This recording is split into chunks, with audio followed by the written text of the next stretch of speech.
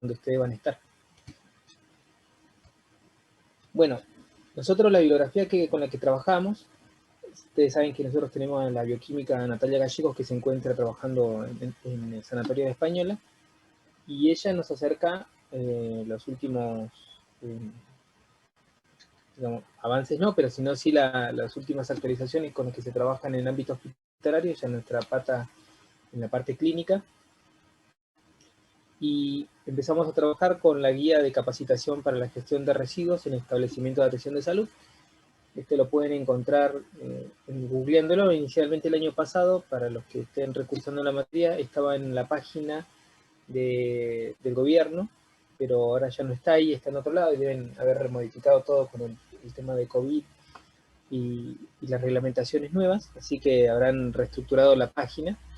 Pero si ustedes buscan con este nombre, igual ustedes ya lo tienen, pero sí, está interesante de que ustedes se metan a la página y que puedan inspeccionar que además de esto hay otras legislaciones, otras áreas en las que pueden inspeccionar y que deberían tener conocimiento para el día de que les toque ir a trabajar. Este es del Departamento de Salud Ambiental y Dirección Nacional de Determinantes de la Salud. Este es del año 2017. ¿Sí? Generalmente, a medida que van avanzando las tecnologías y hay nuevos contaminantes y nuevos medicamentos, esto se va actualizando, ¿sí? No es que es estático. Otra bibliografía es la ley 24051. Esta está también asociada a la ley 24051 de residuos peligrosos. Y también está la guía de manejo integral de residuos del hospital de Trelew, del año 2017. Fíjense, ustedes siempre tienen que trabajar con la normativa vigente para el lugar donde les toque trabajar o desempeñarse como médico, ¿sí? Tienen que saber cómo están protegidos ustedes, cuáles son sus derechos y obligaciones en esos ámbitos. Bien, para empezar vamos a definir qué es un establecimiento de atención de la salud. Estos pueden ser un hospital, un sanatorio, una clínica, un policlínico, ¿sí? Un centro médico, puede ser maternidad, sala de primeros auxilios y todo aquel establecimiento donde se practique cualquiera de los niveles de atención humana o animal, con fines de prevención, diagnóstico, tratamiento y rehabilitación. Recuerden que lo que es prevención, atención primaria de la salud, atención secundaria, ¿sí? Fíjense bien la diferencia entre una clínica y policlínico, ¿sí? La diferencia está en que el policlínico no se pueden hacer internaciones, pero sí se pueden hacer cosas más básicas, mientras que en una clínica sería el nombre de un hospital, pero en el ámbito privado, ¿sí? En la clínica sí se pueden hacer cirugías, se pueden hacer atenciones de casos graves. Tiene toda la complejidad que tendría un hospital. Una vez que definimos eso, tenemos que ver que en esos ambientes, en esos ámbitos, se generan residuos. Ustedes, tanto en un CAPS como en una enfermería, como en una ambulancia también, o también en un hospital o sanatorio, se generan residuos. Y depende del área en donde se genere, los residuos pueden clasificarse. Entonces, todo ámbito de salud, todo establecimiento de salud tiene todo un conjunto de personas que trabajan en el área de seguridad y higiene, tanto legal como en la parte práctica de cómo intervenir ante algún tipo de suceso peligroso, ¿sí? Entonces tenemos que según el área donde se genere los residuos, lo podemos clasificar según su peligrosidad. Primero tendríamos que ver qué es un residuo, ¿sí? Como cualquier material que es el productor o el dueño de ese residuo considera que ya no tiene valor para lo que fue hecho, ¿sí? Yo tengo una hoja, la hoja la rayé y no me sirve para entregarlo para el parcial, entonces ya es un residuo. Entonces ese residuo que yo tengo, que es la hoja rayada, que no puedo entregarlo para un trabajo práctico, para un parcial, ¿qué hago? ¿Lo reciclo? ¿O lo tiro? ¿O qué hago? ¿Es peligroso? ¿No es peligroso? ¿Sí? Entonces hay que definir qué es un residuo peligroso, porque tal vez no todo sea residuo peligroso, ¿sí? Capaz es solamente un residuo, ya no me sirve para lo que fue. Los residuos peligrosos poseen características como toxicidad, inflamabilidad, corrosividad, infecciosidad, reactividad, que presentan un riesgo para la población y para otros seres vivos, ¿sí? Estos pueden ser medicamentos vencidos, líquidos para el revelado de placas radiográficas, mercurio, por ejemplo, antes con los termómetros, tecnesio, drogas citostáticas. Habían a veces, por ejemplo, en el laboratorio de química, habían residuos se les llama drogas, ¿no? Habían drogas con cianuro de sodio. Encontré una vuelta cuando empezamos a hacer todo el relevamiento de drogas que había antes en la universidad.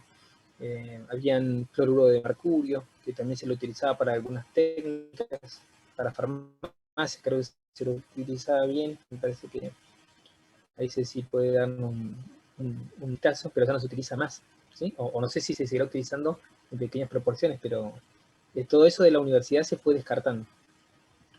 Y después tenemos los residuos comunes, que son aquellos que no poseen características de peligrosidad, o sea, no son peligrosos, no son considerados como riesgosos para las personas o para los animales, y entonces se pueden descartar de otra manera, ¿sí? Entonces, una vez que tenemos un residuo, tenemos que evaluar si lo consideramos peligroso, y para que sea peligroso, tenemos que ver que tenga alguna de estas características, o si no va a ser un residuo común. A su vez, otra forma de clasificar los residuos es de acuerdo a su estado físico.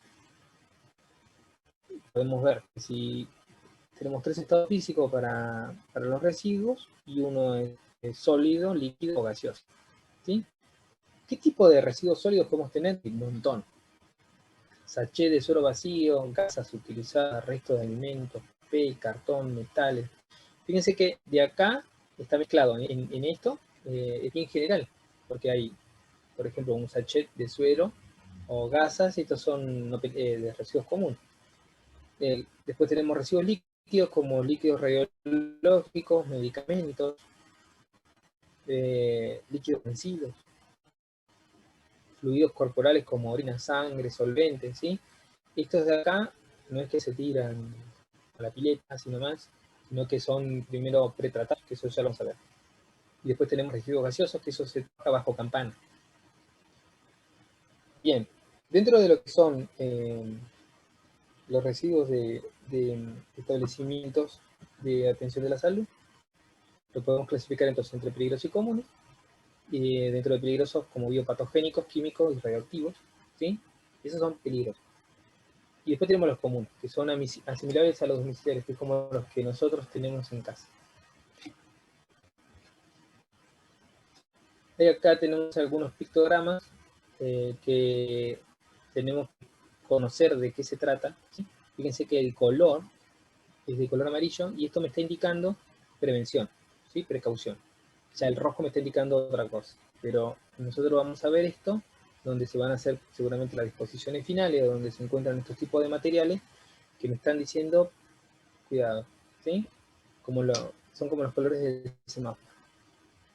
Acá tenemos el pictograma para precaución de riesgo biológico, tenemos para almacenamiento final de residuos químicos, riesgo químico, solo personal autorizado. ¿Sí? Si ustedes, cuando vayan a hacerse un recorrido por el hospital, cuando se vuelva a la normalidad y ustedes puedan volver a las prácticas, fíjense en estos tipos de carteles, están por todos lados, está señalizado.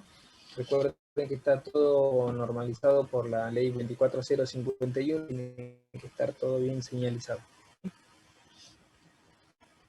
Y para atrás. Y otro es de atención con riesgo de radioactividad, ¿sí? Por ejemplo, también podemos tener zonas con rayos X, donde no pueden ingresar personas embarazadas, por ejemplo, ¿sí? No se puede ingresar con metales.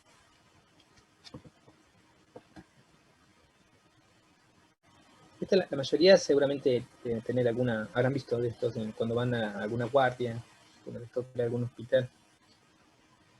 Bueno, una vez que ya definimos qué son los residuos, cómo se los puede clasificar, tenemos que ver en dónde se los va a depositar, ¿sí? Cuál es la disposición de estos residuos.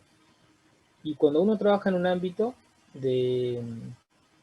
como hospitalario, tenemos que ver que tenemos 3 tipos de almacenamiento, tanto en el hospitalario como también en la universidad. En la universidad, bueno, ahora les voy a dar ejemplo de la universidad, pero es en función de la etapa y del periodo de estadía del residuo en el área de almacenamiento, ¿sí? Entonces, según esto, nosotros podemos clasificar el almacenamiento primario, intermedio o final. El almacenamiento primario es el lugar de acopio en las áreas del puesto de trabajo. Uno cuando, por ejemplo, está en el consultorio, puede estar con un bajalenguas para ver si el paciente tiene alguna infección o alguna afección en la garganta, o necesita hisopar, o se cortó el paciente y le están haciendo las primeras curaciones. No se va a ir hasta el lugar de acopio original para ir a tirar las gasas y eso, sino que tiene un tachito al costado y a eso se lo va a llamar almacenamiento primario, ¿sí? Y después de que se llena ese tachito, pasan a retirarlo, la gente de limpieza, y lo van a llevar a un almacenamiento intermedio, ¿sí? Porque fíjense que la gente de limpieza generalmente va por pisos limpiando, y con un almacenamiento intermedio, algunos llevan un carro para llevarlo después al almacenamiento final, ¿sí? Por ejemplo, en los laboratorios de la universidad, nosotros tenemos, en el laboratorio, dentro del laboratorio tenemos el almacenamiento primario, que son tachos, o también son botellas, donde nosotros guardamos los residuos líquidos. Los tachos guardamos los residuos sólidos. Y dentro de los tachos los clasificamos entre unos tachos que son solo para guantes, otros tachos que son para biomateriales, digamos, para material patogénico, y otro para residuos comunes. Eso dentro de los sólidos. Y sobre las mesadas se van a poder ver materiales como vidrio, que se encuentran rotulados, en donde los chicos van cartando los líquidos, ¿sí? Ese sería nuestro almacenamiento primario. No se puede andar por ahí con el residuo en la mano, porque puede caer y se contamina en otras zonas, ¿sí? Se pueden generar aerosoles. Cuando ustedes tengan material peligroso en las manos, se trata de moverlo lo menos posible. Y en caso de moverlo, tienen que ser de forma consciente, digamos, ya tendría que estar, por ejemplo, en el almacenamiento primario. Si es un líquido, ya tiene que estar en una botella rotulada y ya tiene que estar con tapita y esperando a que lo vengan a buscar, ¿sí? Para nosotros, en la universidad, el almacenamiento intermedio se encuentra en un Zoom, en donde ahí se colocan y se pueden desactivar algunos materiales biopatológicos. Entonces, en el primer entrepiso de la universidad, de la zona de laboratorio, y el almacenamiento final se encuentra afuera, en el predio de la universidad, esperando a que después venga la empresa pertinente que contrata a la universidad y se lleva todos los residuos, para lo cual esta empresa se encuentra, ¿cómo se llama?, habilitada para transportar. Tampoco que puede transportar cualquier tipo de material. Cuando nosotros tenemos esto, lo que tienen que saber es que ustedes, cuando generan, son responsables de lo que están generando, ¿sí? Hasta la disposición final. En caso de haber algún accidente o algo por el estilo, son, digamos, responsables los generadores. Bien, una vez que tenemos en cuenta cuáles son los lugares donde tenemos que disponer los residuos, tenemos que ver que hay códigos de colores para poder disponer de estos residuos, ¿sí? Fíjense que cuando ustedes van a la anónima pueden comprar bolsas rojas, pueden comprar bolsas verdes, pueden comprar bolsas de distintos colores, ¿sí? No pasa nada si es el residuo domiciliario. Si ustedes caminan por alrededor de su barrio, van a ver que los vecinos tiran en unas bolsas de consorcio rojas basura, pero ahí uno sabe más o menos, o la gente de Urbana sabe que son residuos que no son patológicos, ¿sí? Pero en un ambiente medicinal, esta bolsa roja nos está indicando de que son residuos biopatogénicos. Entonces la gente que está especializada para retirar esos residuos tiene que tener especial como se llama, tiene que tener especial cuidado para no cortarse, ¿sí? Para no contaminarse, porque les puede llegar a pasar que se pinchen o algo por el estilo en los sanatorios, ¿sí? Entonces la bolsa negra se dedica solamente o se destina para residuos comunes, por ejemplo en las oficinas o en la sala de espera, donde la gente por ahí tira comida o tira papelitos que no les sirven, ¿sí? Las bolsas rojas ya van directamente a residuos biopatógenos, ya vamos a definir qué son. Y tenemos otra que son las bolsas amarillas para residuos químicos, ¿sí? Fíjense, hay una diferencia entre un residuo biopatogénico y un residuo químico, son dos cosas distintas. ¿Profe? ¿Sí? Yo trabajo en quirófano bueno, en varias clínicas y esto es una reglamentación obligatoria, se rige por normas comunes de todas las clínicas Sí. y en los verdes tiramos, o así todo clave, por ejemplo, los pouches. Claro. Los pouch, los envoltorios de las vías que no estén mojados, si algo se moja directamente se tira al negro, no al rojo. El rojo solamente si tiene contacto con el fluido del paciente. Claro, claro, claro. Y el paciente, gracias por la ayuda, ¿eh? Está buenísimo así. Esto lo tienen que llevar directamente a lo que hacen todos los días. ¿Sí? Sí, Esto tiene que ser... y las bolsas, cuando se termina la cirugía, se ponen precintos y se las rotulan con el horario, la fecha en la que fue cerrada y un control por algún cliente que haya. Muy bien, gracias. Claro, eso se realiza para tener una trazabilidad. Siempre se rotula la bolsa, digamos, para que sea trazable, que uno pueda saber el camino que realiza esa bolsa, ¿sí? Porque eso va a ir, digamos, todo un camino hasta su disposición final. Entonces siempre se va documentando. Tal cual. Eso sí, por eso decía que uno ya cuando genera el residuo tiene que hacer los papeles pertinentes, ¿no? De cuánto se generó. Por ejemplo, en la universidad, ahora último, nos está pidiendo a cada cátedra que nosotros, digamos, qué utilizamos por práctico, qué volumen y para qué. Sí, eso todo está registrado. Sí, en el caso de que cuando vienen a buscar la disposición final, supóngase que nosotros declaramos, bueno, 5 litros de metanol, por decirles algo así, por año, y cuando van a buscarlo hay 20 litros, entonces hay algo que no están dando bien, digamos, que puede llegar a pasar, porque el transporte, digamos, es caro, la disposición final, y tratan siempre de evadirse. Por eso siempre son, como dice Ceci, esto es trazable, tenés que saber de dónde viene, ¿sí? A dónde va y qué es. Bien. A sus compañeros. Bueno, entonces tenemos residuos biocontaminados, que son, por ejemplo, materiales y elementos descartables contaminados con sangre u otros líquidos corporales, ¿sí? Por ejemplo, pueden ser saliva, orina, ¿sí? Recipientes y descartadores cortopunzantes llenos hasta una capacidad de los 3/4 de la capacidad cerrada, ¿sí? Fíjense que si este fuese un descartador, es muy parecido, ¿sí? A un descartador de jeringas, de agujas. Fíjense que si está lleno hasta por ahí más o menos, ya ahí hay que sacarlo, retirarlo y cambiarlo, poner otro descartador. En la universidad, si les toca ir el otro año en bioquímica metabólica a algún laboratorio, pero que sí, yo creo que ya vamos a tener vacuna, ojalá. Van a ver que arriba de las mesadas se encuentran estos descartadores chiquititos. Este es un tachito rojo, ¿no? Pero es muy parecido a esto, es cortito, es chiquitito. Uno, por ejemplo, extrae sangre, coloca la aguja, lo saca, y la aguja queda acá y nosotros nos quedamos con la jeringuita para ponerlo en los tubitos de ensayo.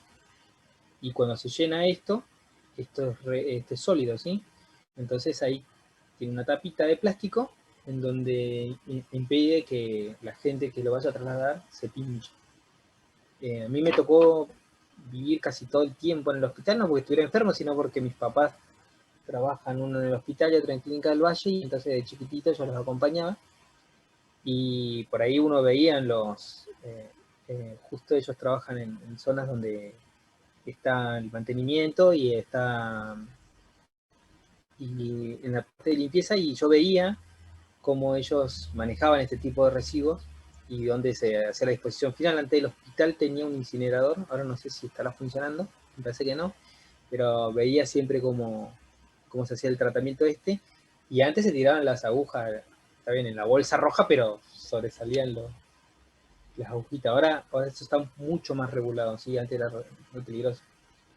Bien, también, como dice nuestra compañera, restos de cirugía, biopsias, tejidos, órganos, elementos impregnados con sangre u otros líquidos corporales. Nos quedan unos 10 minutitos, vamos a ver si terminamos antes, pero no creo.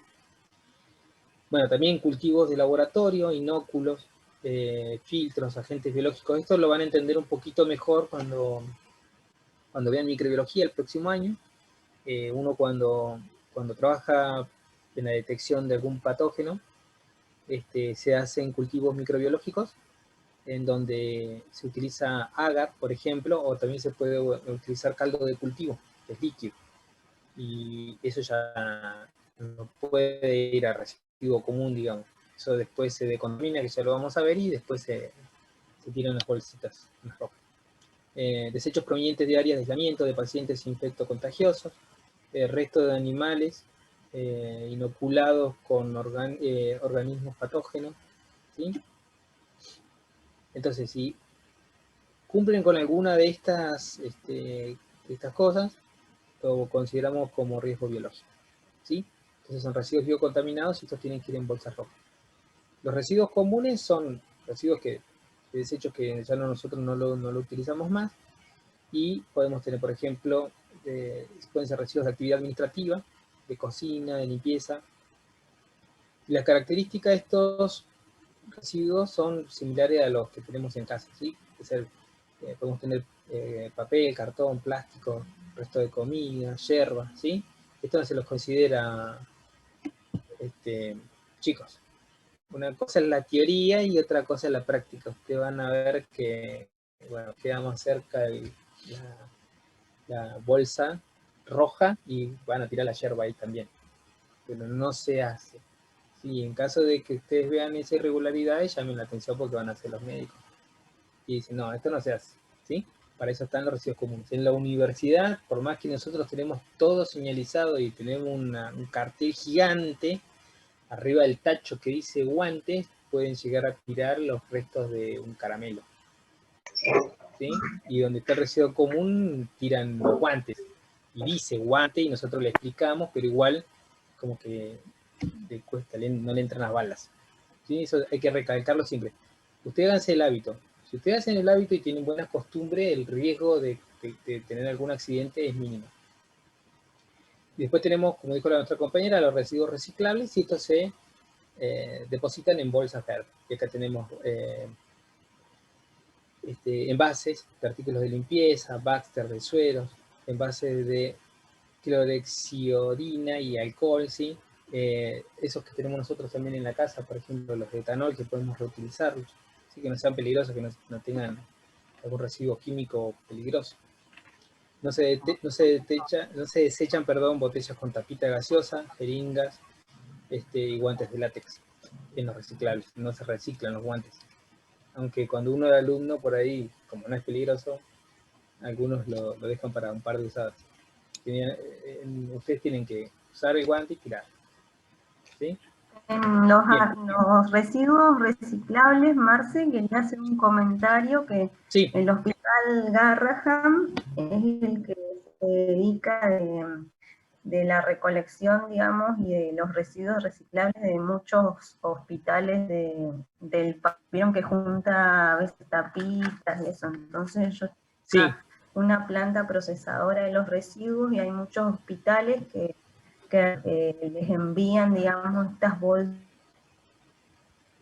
que reciclan. Era un comentario nada más.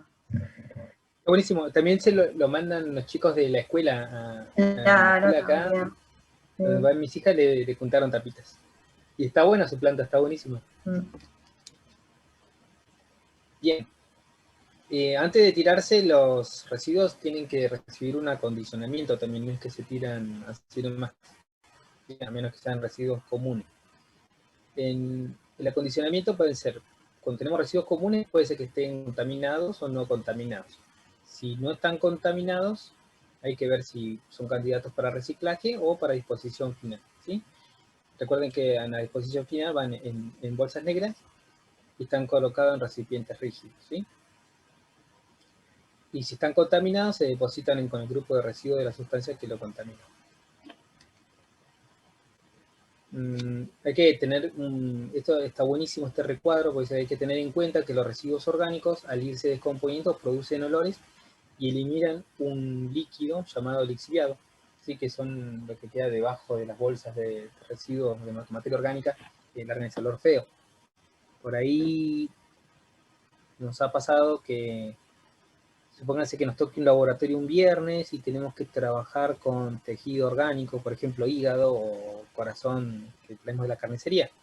No están contaminados, no son biopatológicos, y lo más probable es que se desechen en residuos comunes. Estos quedan, pero después cuando abrís el laboratorio el lunes no se puede entrar. Tengan cuidado con esto. Hay que tener en cuenta eso a la hora de tirar material orgánico. Bueno, se me fue para atrás. Ahí está. Después tenemos el acondicionamiento de residuos químicos. Tenemos 4 minutos todavía. Esto tiene que sí o sí estar marcado, tiene que estar señalizado. Tenemos que saber con qué estamos trabajando, porque no podemos mezclar. Hay materiales que son incompatibles entre sí, no podemos mezclar cualquier cosa.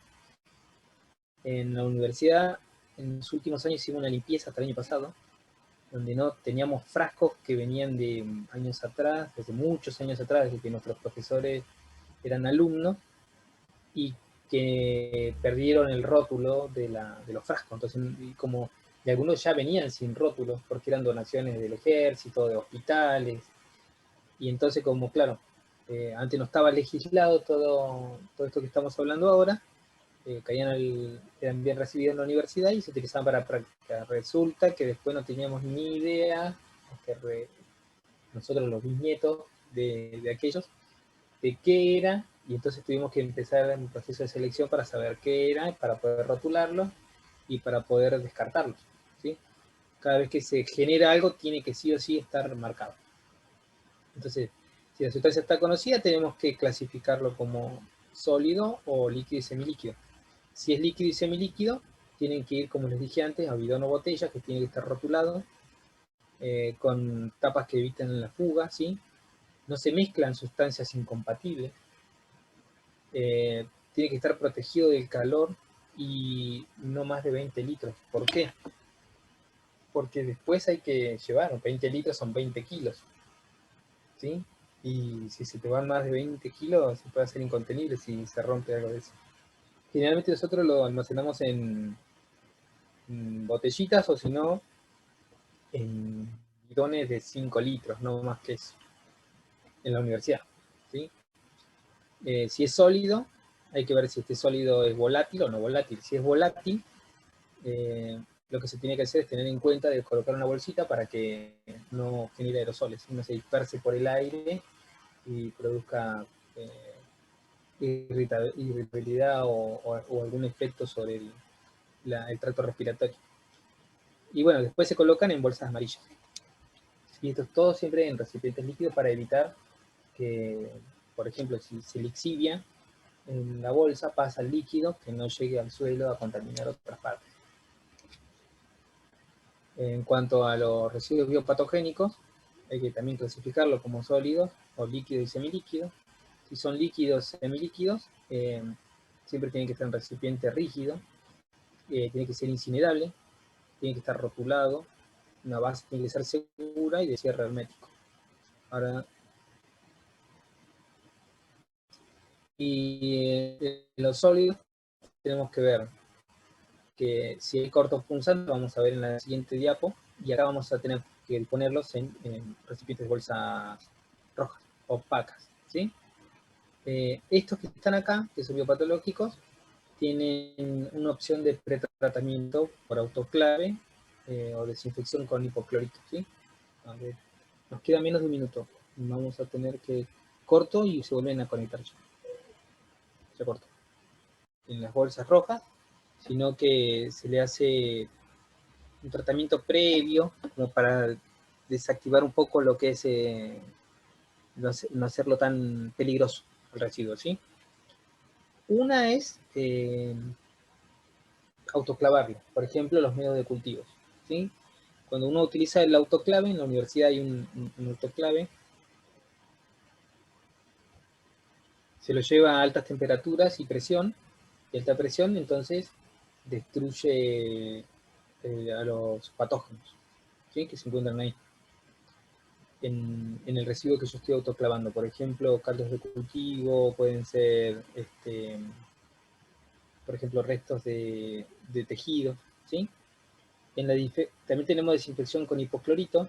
Esto cada vez que nosotros realizamos una práctica, si vamos a trabajar con suero, plasma o sangre u orina, se utilizan soluciones de lavandina, ¿sí? De hipoclorito de sodio. No se utiliza puro. Entonces tenemos distintas concentraciones y cada concentración de hipoclorito nos sirve para limpiar la mesada o para desactivar lo que nosotros estemos trabajando, ¿sí? Antes de lavarlo y, por ejemplo, nosotros queremos reutilizar. Pero nosotros sabemos que trabajamos con material que no es infeccioso. Y todas las muestras que nosotros tenemos son muestras de pacientes de hospitales, y los hospitales cuando nos dan las muestras para que podamos trabajar, le hacen las pruebas serológicas para decirnos que no tienen nada grave, digamos, nada de qué preocuparse. Sí, nosotros tenemos mucho cuidado con esa parte. Bien. Después tenemos un punto aparte, digamos, con el tema del acondicionamiento de residuos cortopunzantes y vidrio, ¿sí? Básicamente en los laboratorios nosotros trabajamos con material de vidrio y lo más común es que se te rompa algo de vidrio. Y no es que vas a trabajar perfecto siempre. Y en el apuro, o por ahí puede estar mal dormido, algo se te puede llegar a caer, ¿sí? Por más cuidados que tengas, algún accidente puede llegar a ocurrirte, por más que tomes todas las precauciones. Pero siempre hay que minimizar el riesgo. Entonces, estos recipientes tienen que ser rígidos para poder hacer la disposición final, no traspasable por los residuos, ¿sí? Tiene que ser con boca y tapa de sellado, de base segura y rotulados. El material a descartar puede ser cortopunzante, con riesgo biológico, ¿sí? Esto con la bolsa roja. Acá está el descartador que yo le decía que parecía el tachito que aparecía en la diapositiva anterior. Fíjense que esta tapita luego se baja, y acá adentro donde se encuentra es un recipiente de boca ancha, y acá adentro se pueden depositar los elementos cortopunzantes. Así como va en las agujitas, también pueden ir los capilares con sangre tratados, ¿no? Que son para hematocrit.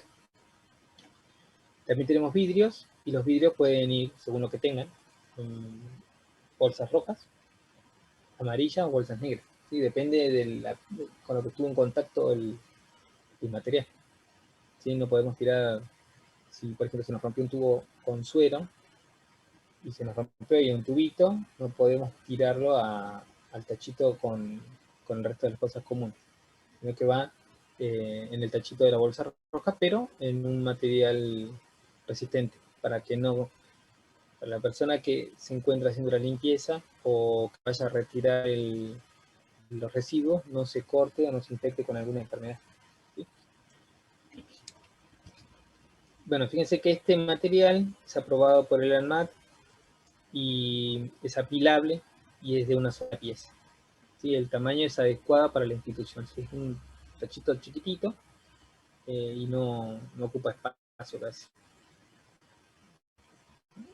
Estaba por entrar algún compañero.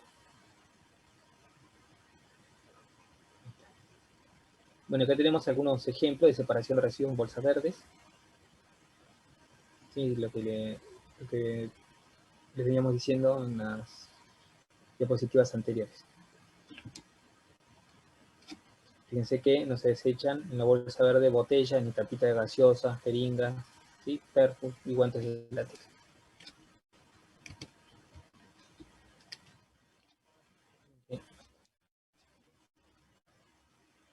Bueno, la característica de los almacenamientos finales también está dentro de esta disposición. Tiene que ser en áreas restringidas de uso exclusivo, poseer sectores independientes para los diferentes tipos de residuos, ser accesible al transporte interno y externo, tener características constructivas que favorezcan la limpieza, desinfección diaria, ¿sí? La limpieza de contenedor, de carro de transporte, tienen que estar señalizados, disponer del equipamiento apropiado para higiene y la seguridad, tiene que estar techado, correctamente iluminado y ventilado, ¿sí? Poseer paredes y pisos impermeables, fáciles de higienizar, pisos con pendientes que faciliten su limpieza y desinfección y posterior drenado de líquido, amplio para permitir fácilmente las operaciones de carga y descarga, acopio de los materiales a tratar. Su superficie será tal que permita acumular el doble de la cantidad de residuos de una recolección diaria, ¿sí? Bueno, de estos, esta es la reglamentación, esto se tiene que cumplir. Yo vi un lugar así, pero que lo cumplía tremendamente, y era como una nave espacial, es la Clínica Basterrica en Buenos Aires. No tiene esquinas con ángulos de 90 grados, no tiene surcos, no tiene fisuras. Es todo, las paredes son todo un continuo, y en las esquinas, donde se junta la pared y el piso, no es un ángulo de 90 grados, es más bien curvo, y se limpian al menos 2 veces a la mañana, 2 veces a la tarde y 2 veces a la noche. Increíble. Este está bien cuidado. Yo estuve en terapia intensiva de chicos y es tremendo. Todo. Hasta la forma, hasta para entrar a ver a algún paciente, está tremendo. Y es más, está separado la zona de la gente que transcurre por el sanatorio y la gente y los médicos. No se cruzan por los pasillos. ¿Sí? Tienen 5 elevadores, 5 ascensores, 2 destinados para la gente común que va a ir a ver familiares o se va a hacer atender, y los otros para los médicos. En caso de haber una urgencia, no tienen que esperar ningún ascensor. Directamente están interconectadas las salas. Cuando funciona a la perfección está tremendo, está muy bueno. Bien, tipos de residuos a tratar y algunas tecnologías. Que esto también es parte de los ejercicios que le proponemos. Tenemos el tipo de residuo, puede ser biopatogénico, químico, común. Algunas tecnologías de los biopatogénicos son incineración, esterilización por autoclave o aplicación de radioondas. Si son químicos, tenemos incineración, hidrólisis alcalina u oxidación catalítica con reactivo Fenton, ¿sí? Y en los comunes, bueno, separación de latas, botellas, vidrio, plástico. Podemos tener una reducción mecánica, compactación. Se puede hacer combustión, pirólisis, gasificación o compostaje, si es material orgánico. Y acá les paso a definir algunas cosas. Por ejemplo, una hidrólisis alcalina se rompen los elementos químicos, se desintegran mediante un tratamiento básico con algún hidróxido. Y en la oxidación catalítica con reactivo Fenton es una reacción que ocurre en 5 etapas, en el cual ocurre a un pH ácido, se agrega sulfato de sodio y también se agregan algunos reductores. Se utiliza hierro como catalizador y, por ejemplo, las sustancias orgánicas químicas, que no son bioorgánicas, sino que son orgánicas, como alcoholes o aldehídos, son reducidos por esta reacción de tipo Fenton. ¿Sí? Es bastante compleja y se lo lleva a una oxidación hasta oxidrilos. que se lo hace hidrosolubles, ¿sí? Mismo cuando vean metabolismo en el cuerpo, van a ver que el cuerpo tiene su propia planta de tratamiento, que es el hígado. Ahí donde todo lo que es insoluble en el agua pasa por el hígado, se conjuga, en este caso con ácido glucurónico, o con sulfatos, y se hacen hidrosolubles y se pueden eliminar por materia fecal o orina. O también por sudor. Otra cosa. Acá. La diferencia entre combustión y pirólisis. La combustión es con presencia de oxígeno, o sea, se quema el material, mientras que la pirólisis se hace en tratamiento a altas temperaturas, pero sin ausencia de oxígeno, no se quema. ¿Sí? Así se desintegran la estructura química del químico que querramos hacer, o en este caso el residuo común. Bien, después tienen esto no se va a leer todo, pero tienen distintos productos o sustancias químicas, ¿sí? Estos son considerados residuos químicos. Tenemos, por ejemplo, sólidos contaminados, tenemos envases vacíos, tenemos incinerados o enterrados y combustión particular. Dentro, por ejemplo, de sólidos contaminados podemos tener ropa, elementos de trabajo, elementos de protección personal, ¿sí? Acá tenemos elementos de protección personal contaminados con productos químicos, que es muy común en un laboratorio. Restos provenientes de limpieza, generalmente de superficie y áreas contaminadas. Restos provenientes de la contención y de contaminación y limpieza de derrames. Dentro de incinerados y enterrados tenemos residuos químicos líquidos o sólidos, que para su disposición final hayan sido incinerados o enterrados. ¿Sí? Restos residuales de productos químicos incinerados para los cuales se debe evaluar su disposición final. Esto es cuando uno, bueno, van a ver cuando vean disposición final, pero cuando uno se lo lleva a una empresa para que le dé disposición final, el terreno donde se entierran estos materiales, si es que tienen que ser enterrados, tiene que tener algunos requisitos. Tienen que ser unos piletones impermeables, que no haya lixiviado, etcétera, para que no contamine el medio ambiente. Porque por ahí puede pasar que ha pasado, por eso pasan estas cosas de las leyes, de enterrarlo en algún campito y con la lluvia se lixivia, agarra alguna napa, se mezcla con el agua de consumo humano y se enferma la gente. ¿Qué ha pasado? Bien. Tenemos también residuos biopatogénicos, y acá tenemos los que son provenientes del aislamiento, cultivos generados en laboratorio, ¿sí? Esto que decía en la zona de microbiología, sangre, hemoderivados de fluidos corporales, elementos cortopunzantes con riesgo biológico, ¿sí? No solamente las jeringas, sino también que puede ser con vidrios. Animales de laboratorios infectados, con animales infectados, ¿sí? Provenientes de cirugías y autopsias. También tenemos lo que son vacunas de cepas o virus vivos y atenuados, residuos que ameritan gestión particular o individual, pueden ser éticos o estéticos, y pañales y yesos, ¿sí?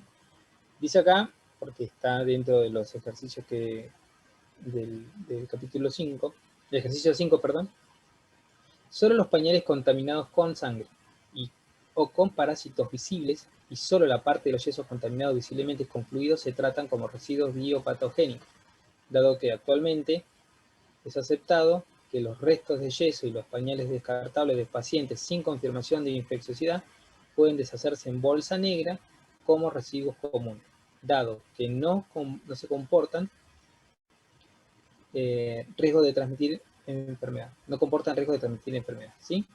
Y acá les da la bibliografía. Esto está tratado también en leí algunos trabajos de la Universidad de Buenos Aires que trata sobre esto, sobre el tratamiento de residuos en ámbitos hospitalarios, ¿sí? ¿Qué pasa si tenemos pacientes con pañales de pacientes con diarrea, o pacientes con, por ejemplo, en una pediatría, si el bebé se hace popó, y qué hacemos? ¿Dónde tiramos el material?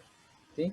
Bueno, para poder ser considerado peligroso tiene que cumplir lo que habíamos visto al principio, digamos, materia normal y residuo normal, urbano, y el residuo peligroso. Tiene que decir, bueno, viene y el paciente presenta infección, bueno, ahí se lo considera como residuo peligroso. Y por último, nosotros hacíamos una práctica sobre el buen lavado de manos, ¿sí? Van a encontrar en la guía que ustedes tienen todo un protocolo de cómo deben higienizarse las manos siempre. Y ahora con el tema de COVID uno se da cuenta de la importancia de esto, ¿no? Pero nosotros que vamos y manoteamos los picaportes de los hospitales, ya tenemos que ser más conscientes. Uno cuando ya ve microbiología, cuando ve inmunología, cuando ve farmacología, cuando empieza a ver todas estas materias en donde estamos en contacto con microorganismos que no se ven, pero que están, uno tiene que tomar conciencia de esto, ¿sí? Fíjense, cuando uno, bueno, esto lo pueden leer tranquilamente si pasamos a los ejercicios, como chisme, por ejemplo, ¿qué es lo primero que se tendría que hacer cuando uno va a lavarse las manos? ¿Sí? Fíjense que acá va directamente a abrir la canilla, ¿sí? Con la mano, que generalmente en los consultorios o en los baños de hospitales tenemos este tipo de baños. Por ejemplo, en donde ya les digo, en Basterrica, no tienen esas canillas acá al costado, sino que uno acerca la mano y el chorro aparece solo, ¿sí? Pero bueno, y ahí te explican bien cómo tenés que higienizarte las manos.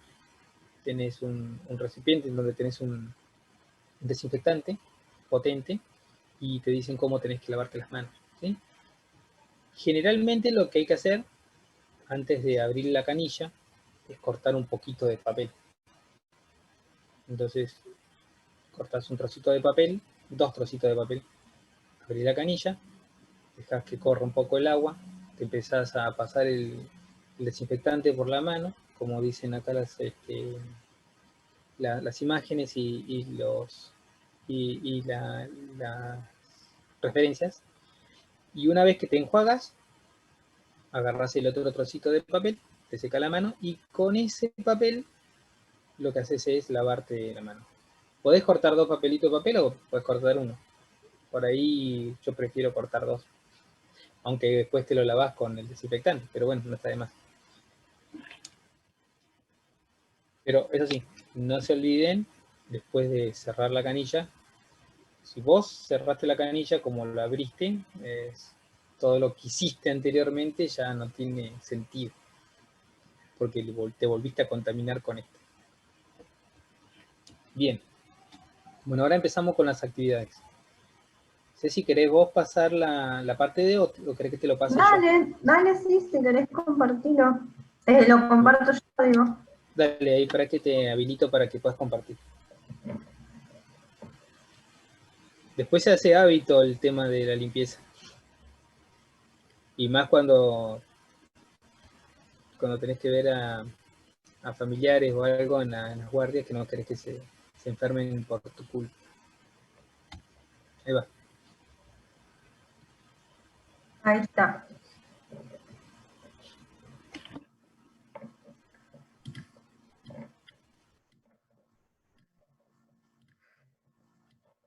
Bueno, chicos. Ahí estamos, ¿me escuchan bien? Ahora lo que vamos a hacer son las actividades, ¿sí? Pueden consultar alguna duda, tenían un material de lectura. Ustedes tienen que tener en cuenta que hay una ley nacional que es la 24.051, que como cada provincia es federal, se adhiere o no se adhiere, ¿sí? Si no se adhiere, crea su propia reglamentación. En nuestro caso, la provincia del Chubut está adherida, y después también cada establecimiento de salud genera su protocolo en base a esta ley, ¿sí? Para hacer el tratamiento de residuos. Generalmente digamos, lo básico es igual para todos, pero depende al establecimiento, tiene su protocolo en particular. Bueno, ustedes tenían una serie de preguntas, defina establecimiento de salud, eso recién ya lo vieron con Marcelo, la definición, creo que no hay problemas con esa definición. Después tenían clasificar a los EAS según su requerimiento de limpieza. Eso también, esa información la van a encontrar en el apunte que les dimos, ¿sí? Quiero saber si alguien pudo realizar esa actividad, si pudo clasificarlos. ¿Buscaron en el apunte las actividades? Sí, profe. ¿Esa no era la que dice las áreas negras, grises y blancas? La clasificación según requerimiento de limpieza. Sí, tenemos los de áreas negras, grises y blancas, ¿sí? Áreas negras, acuérdense que son de poco riesgo, y digamos grises moderado y blancas de alto riesgo, ¿sí? Las áreas se van clasificando, ¿sí? De acuerdo, digamos, a sus requerimientos, ¿sí? De limpieza y desinfección. Entonces, acuérdense que siempre las áreas blancas son las de alto riesgo, que van a ser, digamos, las áreas que más limpieza y desinfección necesitan, como, bueno, como dice acá, quirófanos, salas de parto, las centrales de esterilización, a eso se lo llaman áreas blancas, y bueno, y después tenemos el otro extremo, que es el área negra, que es donde están todas las oficinas administrativas y de atención al público. Bueno, eso hacía referencia a la actividad del capítulo 1. Después tenían la segunda actividad, que era en referencia al capítulo 3, que decía clasifique y ejemplifique las clases de residuos que genera un EAS, ¿sí?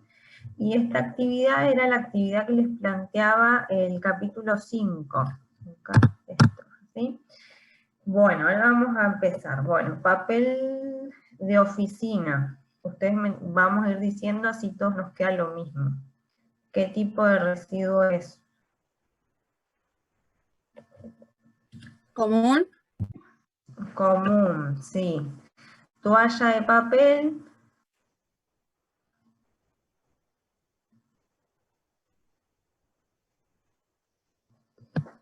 Vayan diciendo, chicos, lo que a ustedes les parece. La toalla de papel, ¿qué tipo de residuo es?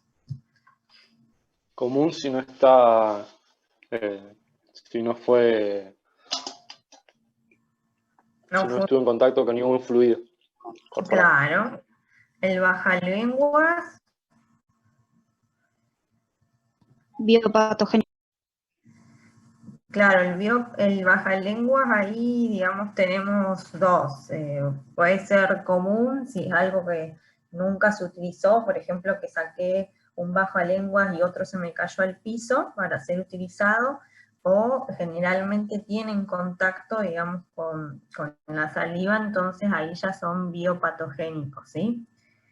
Bueno, acá estamos con los pañales, que es lo que le estaba explicando Marcelo recién. Acuérdense que pañales, todos digamos, los domicilios generan residuos de pañales generalmente. Así que por eso está considerado un residuo común, a no ser que, por ejemplo, tenga heces sanguinolentas, ¿sí? Ahí es cuando se lo considera biopatogénico. ¿Sí? Lo mismo que les explicó Marcelo recién. Y ahí, por ejemplo, el otro que es pañal de paciente oncológico, ahí ya sería un residuo químico, ya ahí ya se los especifica, ¿sí? Digamos que los desechos que pueden haber en las heces son metabolitos de los medicamentos oncológicos al cual se somete el paciente. Bueno, después tenemos material cortopunzante. ¿Qué tipo ¿Biopatogénico? Biopatogénico. Ese siempre acuérdense que es biopatogénico siempre se coloca en el descartador, no importa que haya sido utilizado o no, siempre va al descartador, ¿sí? Bueno, y lo mismo va a pasar con una lanceta o una hoja de bisturí, ¿sí? Son material cortopunzante. Pañuelos descartables. Fíjense que ahí hace una aclaración, un pañuelo descartable común o un pañuelo descartable de una sala de aislamiento, ¿sí? Ahí, ¿qué piensan ustedes? El descartable común va a ser común y el otro biopatogénico. Claro, sí. O sea, pañuelo descartable siempre se genera en cualquier tipo de ámbito de domicilio, no hace falta que sea, digamos, una clínica, pero ya si tiene una sala de aislamiento ya lo consideramos biopatogénico. Guante con sangre,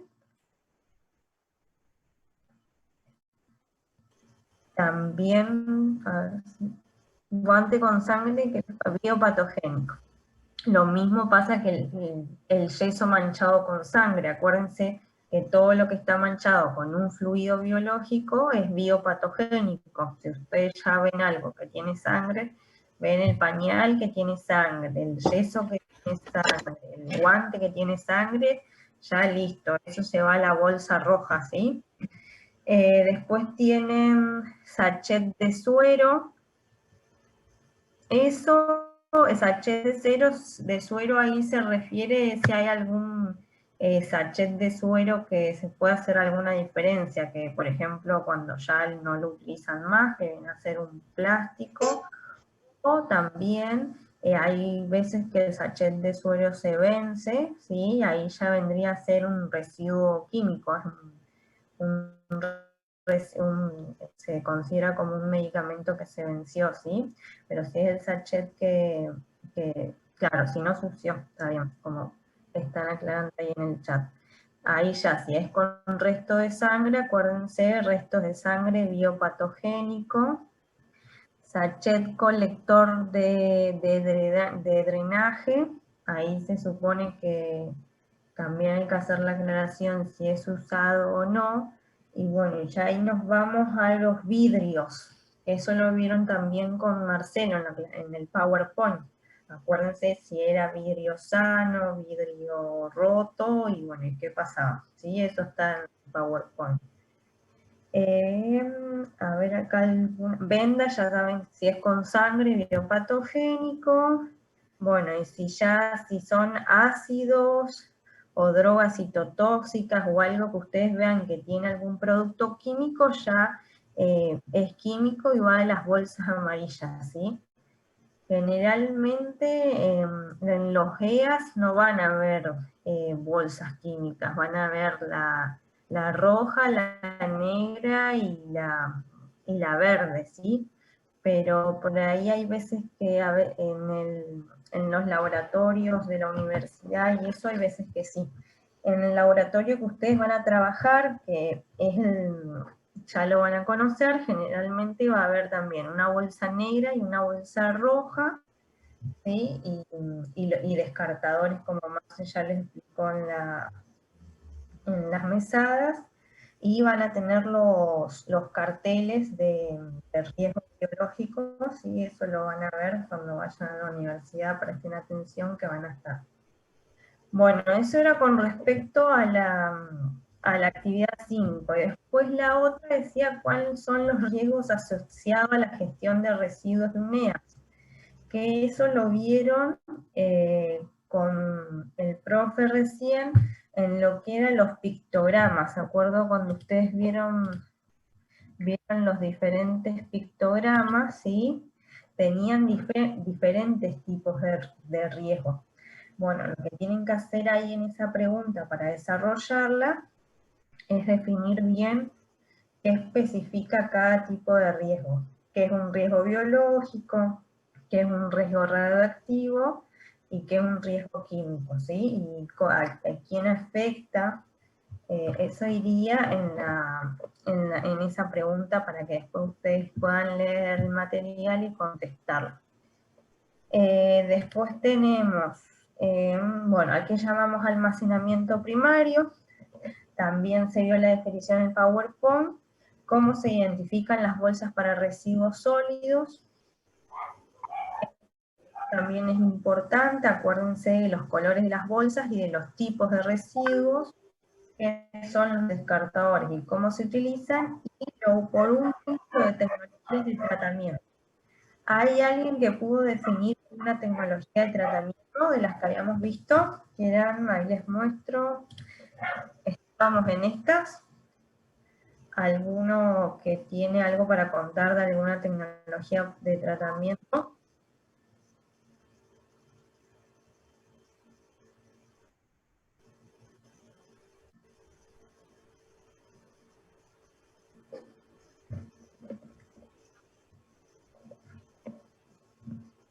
Bueno, si nadie lo realizó todavía, acuérdense que lo tienen que hacer porque tienen la evaluación la próxima semana. Y bueno, acuérdense que las más comunes son la de incineración, en el cual acá en Comodoro creo que contamos con 2 hornos incineradores, uno que es el del hospital regional y otro, digamos, que es el que usa la actividad petrolera, porque imagínense que acá la actividad petrolera genera muchos residuos, entonces tienen su propio horno incinerador. Y luego está también la esterilización por autoclave, esas son las más utilizadas de las dos, las que más por ahí presten atención. Acá tienen algunas fotitos, está también en el material. El que está acá es un horno pirolítico, y después este horno pirolítico es muy parecido, digamos, a donde se hace la cremación, ¿sí? Vieron como que tiene lo mismo tiene la sociedad cooperativa acá en el barrio industrial, ¿sí? Viene a ser algo muy similar. Y después tienen el autoclave, ¿sí? Que vieron ustedes cuando hagan microbiología, van a ver que en la facultad hay un autoclave que es pequeño, ¿sí? Estos son autoclaves industriales que son mucho más grandes del que ustedes van a conocer, pero el funcionamiento siempre es el mismo. Se cargan y, digamos, lo que se hace es se aumenta la presión, entonces al aumentar la presión se puede trabajar a mayor temperatura, y así se elimina todo lo que son, digamos, microorganismos, ¿sí? Con signos vitales. La autoclave es el que realiza una esterilización. Bueno, con respecto a eso, lean y desarrollen, porque van a tener varias preguntas de esos en las evaluaciones, y bueno, si tienen alguna preguntita, pueden realizarla en este momento.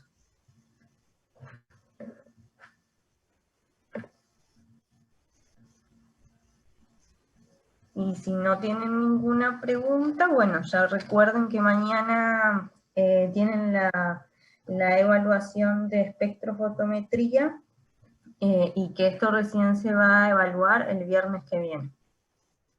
Siempre de la misma manera, con los horarios y el tiempo que se les da siempre.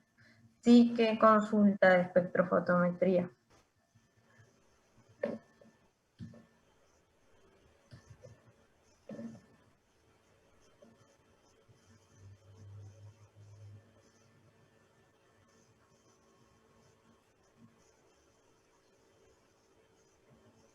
En el punto 8, bueno, no recuerdo cuál era, pero siempre que querés determinar la concentración de algo,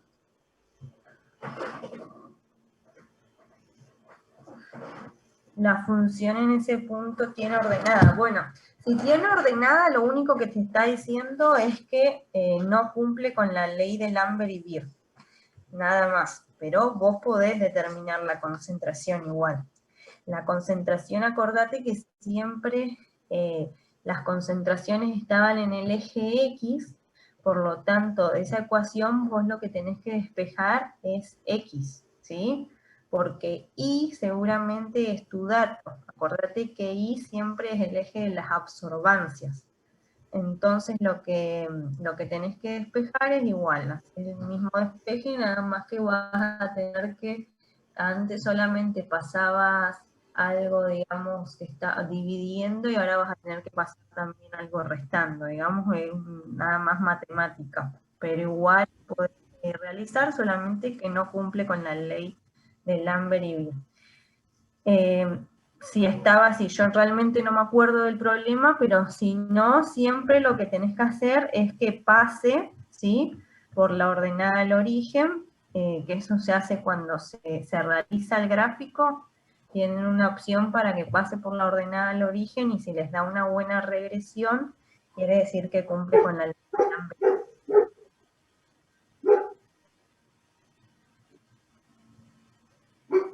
Si ustedes necesitan saber la concentración, van a despejar X. Si necesitan saber la absorbancia, van a despejar Y. Depende de lo que les pregunte el trabajo, ¿sí? Casi siempre lo que necesitan saber es la concentración, porque acuérdense que la absorbancia, el problema generalmente se los da porque la absorbancia es lo que a mí me da el equipo.